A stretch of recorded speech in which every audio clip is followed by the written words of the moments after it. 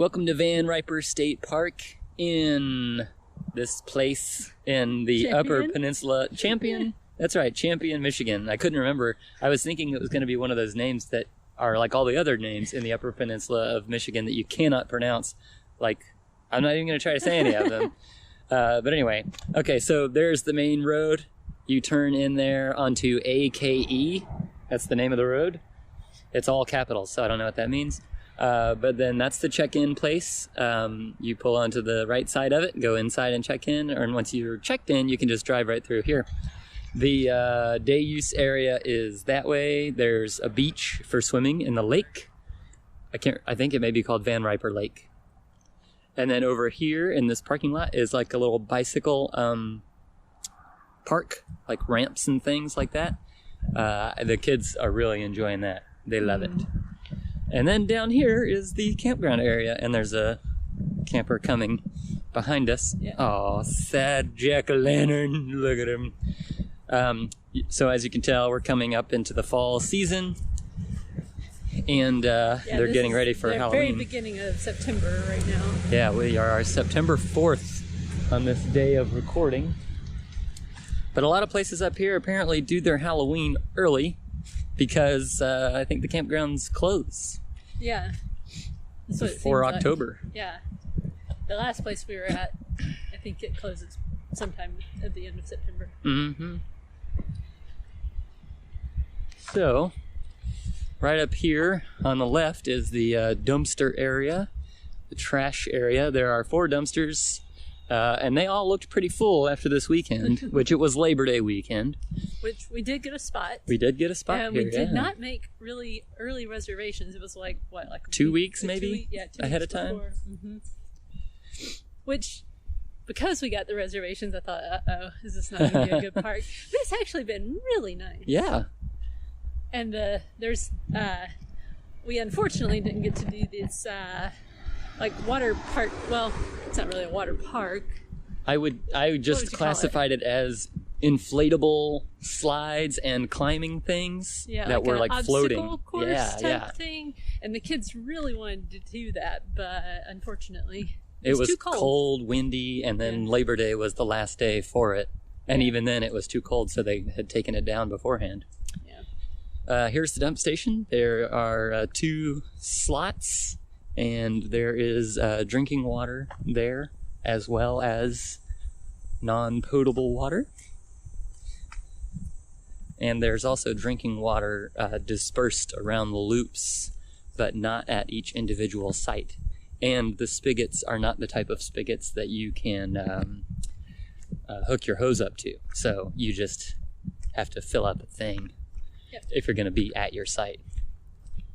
We found that to not be that bad of a thing as long as the place has good showers. Mm-hmm. Yeah, you have to take showers somewhere else or else, And we do use paper plates a good bit to try to keep the dishes down. But like we found, generally we're going to fill up, need to go to the dump station about the same amount, and it's just not that big of a deal. Yeah.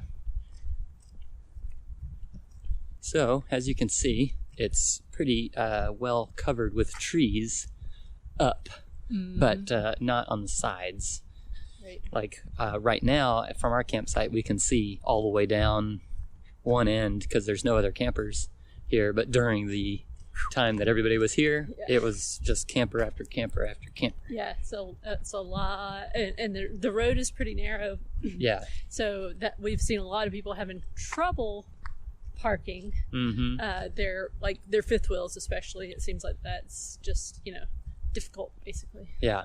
The sites are wide, though. I don't know if you can see that white mark there is the beginning of a site. And it continues on. It's site number 14, and then the site ends at this white mark. So they're pretty wide, which is nice. Yeah, they are really spacious. And it's been a fairly quiet campground, but because of how many people there are, like when it was Labor Day weekend, the noise level was tolerable. There were people behind us that had like big dogs. Yeah, so there was barking. And so, so it was just a little bit louder, I would say, than other campgrounds that we've been around, but I think it's just because of the sheer number of sites in a small area. Yeah. So during the day on the weekend, of course, there were a lot of kids on bikes everywhere. Yeah. Just covering the whole place. Actually, a lot of people on bikes, not just kids. We did point out the pump track, right? Yes. Okay. The pump track is that bike playground. I was trying to make sure we didn't get hit by that camper. That's right. This is our site, number 22. It's not real great. There's like a bunch of roots coming off of this tree, which the car is affected, but the camper's not affected too bad. We are using our leveling ramps to bring us up. Yeah. Car behind us. Going faster than they should be. But they're in a Subaru, so. No offense to those of you who are Subaru fans. So, the sites are deep and wide.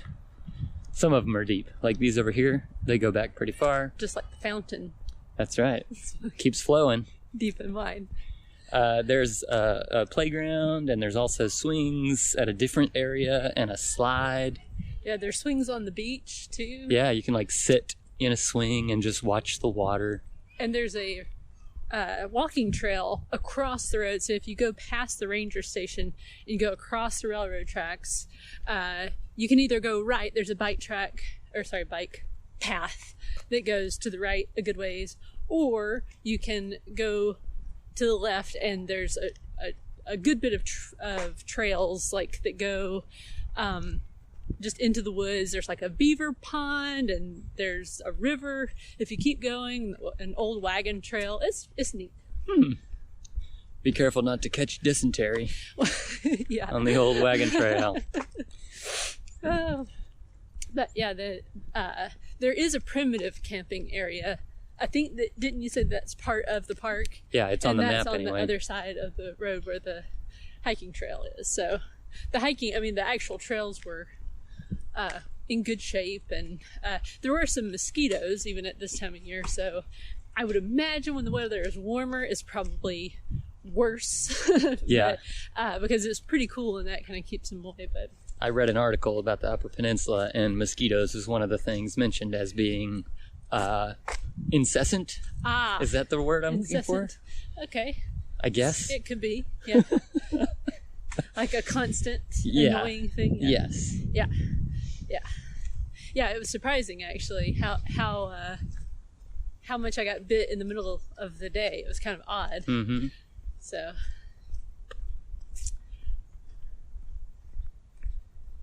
Up but here. No, did we talk about laundry? There is a laundry place here. No, we hadn't yet. Well, there is a laundry room here, but the sign said that it was open from 10 a.m. to 8 p.m., but when I went, the door was locked, and inside I saw there was an out-of-order sign on one of the machines, so it's possible that currently they are all out of order, and they don't want anybody going in there since they're out of order. Mm-hmm. Here's a little cabin. We're pretty sure that these small cabins along here are just like rooms.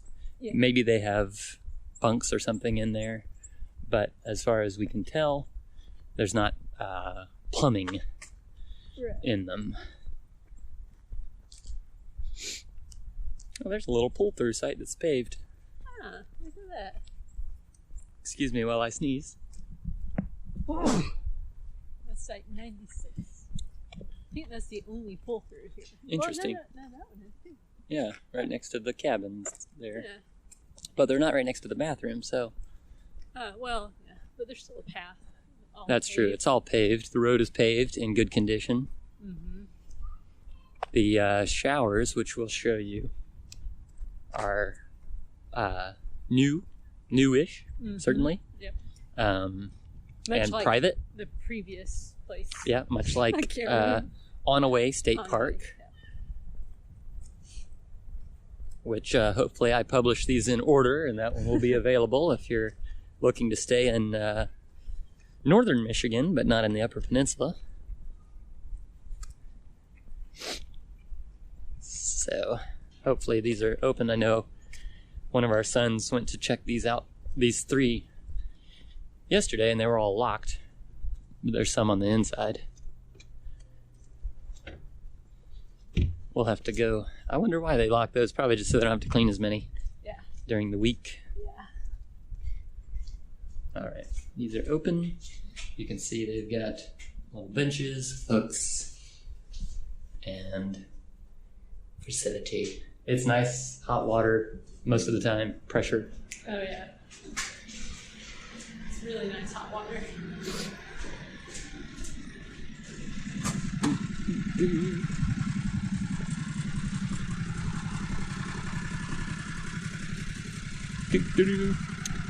And we'll continue on down the loop. This is a little cut through from that first road. So if you don't want to go all the way around, you go that way. And these are one-way loops, although a lot of people, including... I didn't realize that. I actually almost drove the RV down this way. Oh gosh. Yeah, but I decided not to just because, but apparently I would have been going the wrong way. Yeah.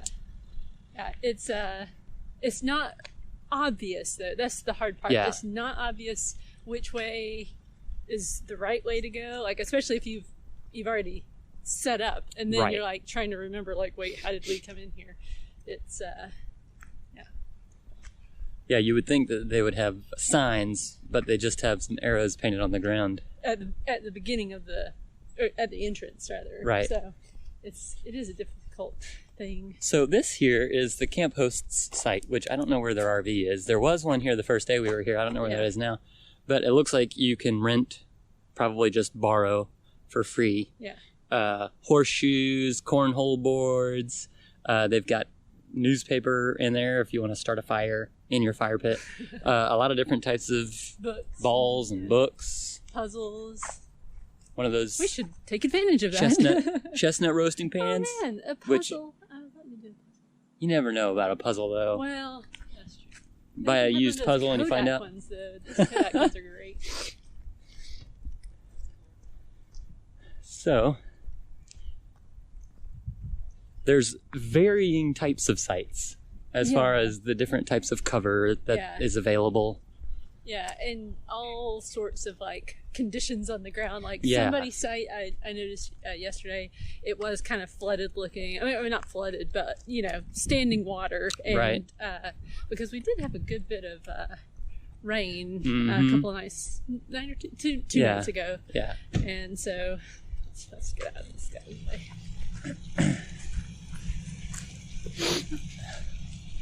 Or we're gonna have to go. All right, let's go right.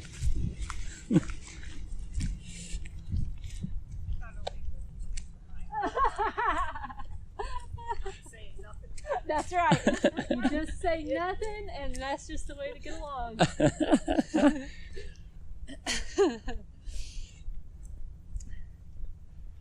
And so, the Upper Peninsula has the nicest people on Earth. We've decided. They're just super friendly. Super duper friendly people. Like, we went to this place called Lowry's in...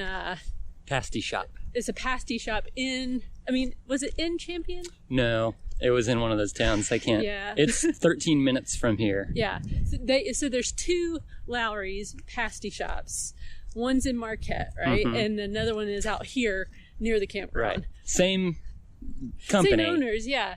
But, oh my gosh, those people, they were so nice. Like, so just really nice. So a pasty for the uninitiated. Well, let me talk about the guys for a second. Okay, yeah. The guys that were so nice were burly, rough-looking guys. Yeah. Who you would expect to see at a construction site. Right. Just working out with their hands. Yeah, and they're like kind of, you would think they would be kind of mean. Yeah, not really customer service type things. But these guys were like, hey, is there anything else I can do for you? I just want to help you out any way that I can. You need me to carry anything for you to the car? I just got, I can do whatever you need. Yeah. So nice. Yeah. So nice. Love the people here. And so a pasty. A pasty. A pasty is an amazing dish. It's basically a pie crust that they stuff with beef and onions, and potatoes and rutabaga, and then they bake it all up into this just it's like comfort on a plate. And then, and they had this stuff called ketchupino, right? Ketchupino, which is this spicy ketchup. Jalapeno ketchup. Oh, it was so good. The whole experience was just awesome. Yeah, I thought. We didn't know what to do with, like, the bottle of ketchupino was there, and Kayla asked a guy walking by if we were supposed to put it on the pasty, and he goes, "Oh yeah, that's how I put it on all of it. That's the only way I eat it." And like, because I didn't want to like offend the pasty makers, right? Because I don't know, maybe they put ketchupino on like other things, but never on the pasty. Like, you don't want to like commit some sort of faux pas. But man, it was just delicious. I mean, even without the ketchupino, it was very delicious. But like, man, the ketchupino was just perfect. Yep. So what else have we done here? We've mainly just stuck around the campsite. Yeah, well, we're only here for a week. Yeah, so we haven't really gone. Now, when we were coming here, we did cross the Mackinac Bridge, and that was fun. Yep. I cried. I cried when I was crossing it, and here's why. Because back in the day, we were watching, or I was watching, I don't remember if we were both watching, Dirty Jobs, and he was helping paint the Mackinac Bridge. And I just remember thinking, I would love to see that one day. I would love to do that. And at the time, it just seemed like this out of reach dream. Right. Like, when are you ever going to get, to go there? I mean, it's just so far out, and it's not really near anything else. You kind of have to make a trip, it seemed like, just to be able to go. And so, man, when I was crossing that bridge, I was just crying like a baby, because it was just like this dream that had been realized. So anyway, but I was also very careful to drive carefully. I'm just gonna walk this way to just show the lake. From here, from this one site, 170, 110. Oh, 110. Well, this is all one. I think this is all 110. 110. You could, set your chairs up over here, and then I guess you can kind of see it in the camera. I don't really know. It's probably not going to expose properly, but the lake is right out there. Yeah. And it's pretty. It's one of those, lakes with a bunch of greenery around it. I was not crying when I was driving across the bridge. In the RV, it was a high wind advisory day. Oh, yeah. And you were supposed to drive 20 miles an hour for an RV. Right. And so I was doing that. And I was driving behind him going 20, so I felt more comfortable crying and driving at the same time, I guess. But we will be tomorrow going to Marquette, which is, I think, about 40 minutes from here. And we'll be going to see Lake Superior. That'll be the 5th and final of the Great Lakes. Yep. And man, they're great. I know I say it on every video that we've talked about the Great Lakes, but they are so, the water is so blue. Oh yeah. I've never seen bluer water in America. That's one thing you can say about the Great Lakes. Never seen bluer water. And it does look like an ocean. Oh yeah. I mean, the crashing waves. You can't see land on the other side most of the time. Right. But they're just beautiful. They are just beautiful. And it's not something I would have thought was worth the trip before we saw them. I would have thought, I mean, people would talk about the Great Lakes. And I think, I don't really care about really seeing those. There's just lakes, but I was because the lakes we were used to seeing, growing up around, they were, it was nice to see water, but a lot of times they're just muddy and you can't see in them and all that kind of stuff. But this was like the Caribbean looks, I imagine, in person. I haven't been there yet. I've been there, and the only other water that I can think of at this moment is when we were in Italy. Like, we took this ferry over to Sicily, and I remember thinking, I've never seen bluer water, like that deep blue water. I mean, it was breathtaking. Yeah. And I would say the Great Lakes are the only thing that I've ever seen that would really compare to that at this point. I have more exploring to do. Oh, let's see. Welcome to the haunted forest. The hiking is to die for. Oh, that's funny. They must be doing some sort of spooky thing. Maybe starting this weekend. Is that like an enclosure right there? I can't tell. Yeah, it looks like they've got some boards and stuff. Oh, that's fun. We're not going to be here. It's all fun and games until somebody dies. Yeah, that's true. And we've not seen a moose ever. Right. Ever. Yeah, even when we were in Yellowstone. It's a goal I have, and I've just still not seen one. I looked this morning, though, because there's this, if you go down that bike trail across the road, if you go almost to the end of it and you look to the right, there's this big open field, and it's kind of got this marshy area. I thought that's got to be a prime location for a moose, but I didn't see one. Oh, so. Moose fail. Yeah. So I think we are coming to the end of the campground loops. Yeah, and so if you go to the right down here, let's see. Yeah, if you go down to the right, there is a boat ramp where you can put in, and there's also a little footpath that leads back up to the campground. Like where we went over to look at the lake is where there's like some steps that come up from the forest, and you can. It's like a shortcut over to the boat ramp. And there's also like more camping down there, not RV sites. Right. I think it's like tent sites that are have electric, perhaps. Yeah. It's a rustic campground. I know it says that, right? Yeah, rustic. Yeah, that's right. Okay. Well, 21 minutes. Yeah. Into this campground tour, and it's the end of it. It always goes by so fast. Yeah, that's true. So if you're ever in the upper peninsula of Michigan and you want to be, well, I won't say that we're Yoopers for a week or not. No, I could. The snow's going to come. I don't want to be here for that. But it's a beautiful place. It is. The campground, although large, has great showers and other amenities. Maybe the laundry will be working when you're here. Yep. But you should definitely check it out. Yes.